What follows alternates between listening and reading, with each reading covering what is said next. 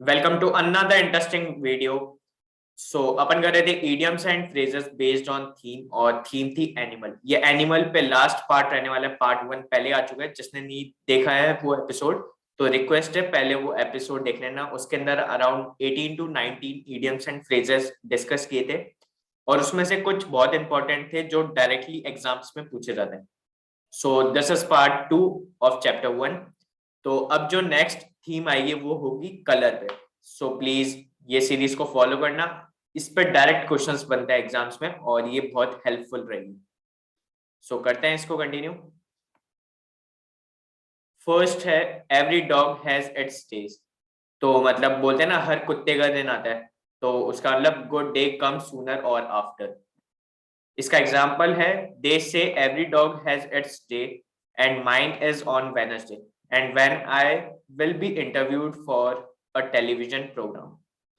Good day come sooner or after को और क्या बोलते हैं? Eventually, some day, some time, inevitably. Inevitably बहुत अच्छा वर्ड है, याद रखना। नेक्स्ट है feather in one's cap. So मैं इसको याद कैसे रखता हूँ, देखो कैप पहनी हुई होती है तो उससे एक प्रोटेक्शन लेयर होती है, और उसके ऊपर अगर आप फेदर लगा लेते हो तो होता तो पतला है, पर उससे एक एडिशनल लेयर आ जाती है, उससे प्रोटेक्शन थोड़ी बढ़ जाती है। सो उसका मतलब है एडिशनल सक्सेस, ऐसे याद रख सकते हो इसे। इसका एग्जांपल है getting promoted to the management after spending only a month at the new job was a feather in her cap.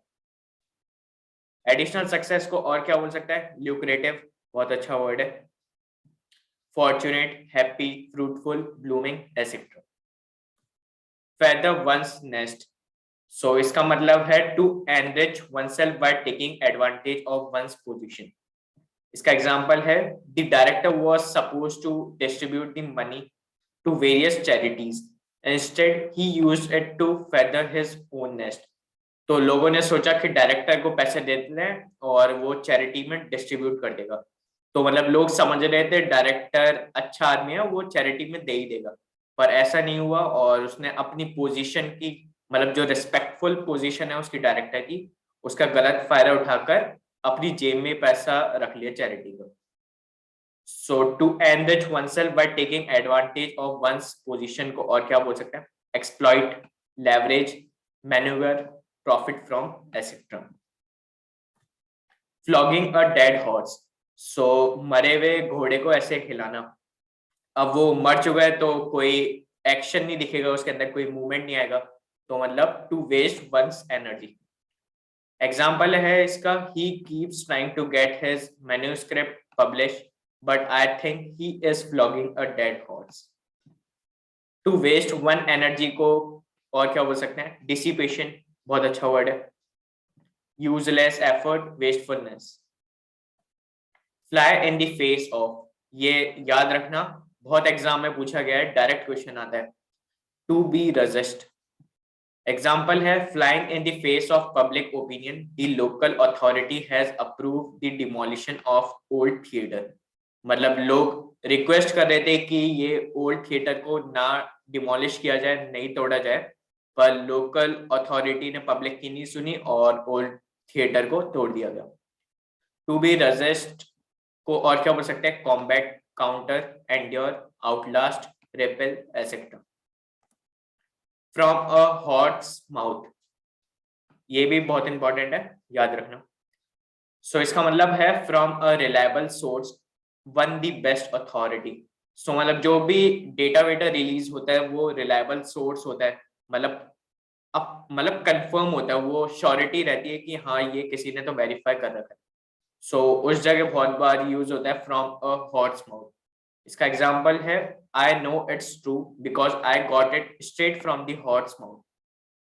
From a reliable source को और क्या हो सकते हैं? Exclusive, low down, scoop, secret, etcetera. Gone to the dogs. So इसका मतलब दिख ही रहा है कि कुत्तों के बीच में जाना, और कुत्तों के बीच में जाना मतलब कंप्लीटली डिस्ट्रॉय।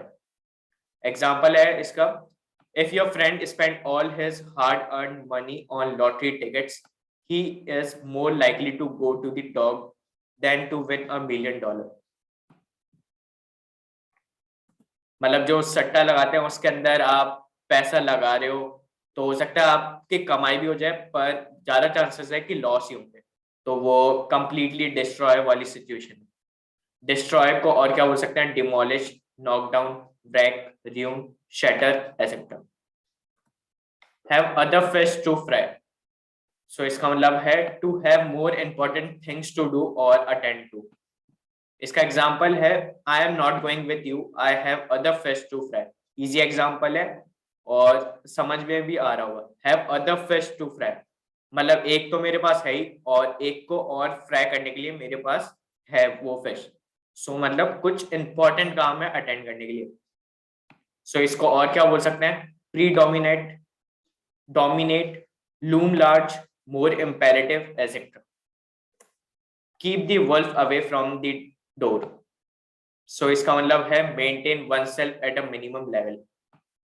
सो मतलब सर्वाइवल के लिए कुछ चीजें होती है, रोटी, कपड़ा, मकान। सो ये तीनों चीजें है ना, तो आप मिनिमम लेवल पे हो सर्वाइव करने के लिए।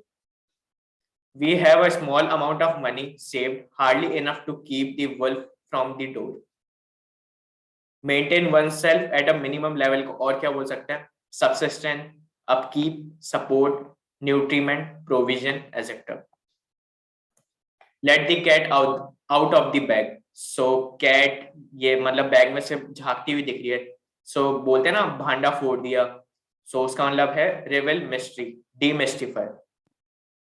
सो इसका एग्जांपल है Rohan let the cat out of the bag about my surprise birthday party. Demystify को और क्या बोल सकते हैं? एम्पलीफाई, एक्सपाउंड, एक्सपेटिएट, ये बहुत अच्छा वर्ड है, disambiguate, etcetera. Lion share, lion share मतलब जंगल का राजा बोलते हैं, तो मतलब बहुत एरिया उसके अंडर है, मतलब याद कर सकते हैं large part of shares. Example, she didn't do much but she got the lion share of the attention from the teacher. मतलब टीचर्स के सामने कुछ ऐसे बच्चे होते हैं ना जो उछलते रहते हैं, तो मतलब उन्होंने कुछ किया तो होता नहीं है और उन्हें टीचर का अट्रैक्शन मिल जाता है। सो ये एग्जाम्पल वही है, याद करने की ट्रिक्स होती है कुछ। सो एग्जाम्पल से याद कर लो, या मतलब कई तो लिटरल सेंस में आ जाते हैं लायन शेयर, तो इससे पता चल रहा है कि लार्ज पार्ट की बात कर रही है, बात हो रही है। सो ऐसे याद रख सकते हो। लार्ज पार्ट ऑफ शेयर को और क्या बोल सकते हैं? Preponderance, plurality, predominant part, etcetera. Put all eggs in one basket, so put in danger मतलब बास्केट के अंदर आप एग पे एग रखते जाओगे तो हो सकता है नीचे वाले जो एग है वो टूट जाए। सो उसका मतलब है पुट इन डेंजर। एग्जाम्पल है इसका, you need to get a financial advisor who can help you manage your money because you are risking everything by putting all your eggs in one basket. Put in danger को और क्या बोल सकते हैं?